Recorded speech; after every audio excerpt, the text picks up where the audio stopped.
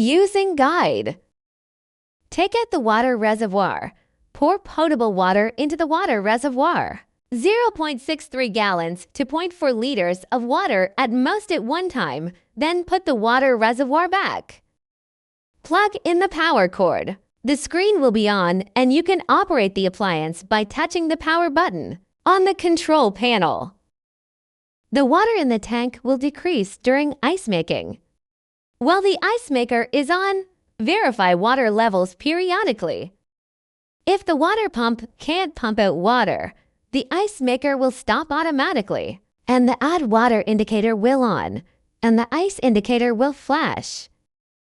You need to pour water into the water reservoir. Pull the wrench above the control panel. The ice cubes will drop down. If you notice that the ice maker isn't making ice properly, touch the air outlet on the side to check whether it feels warm. Then report the issue to the after-sales service team. If the ice cubes will not drop down, there may be an ice blockage inside the unit.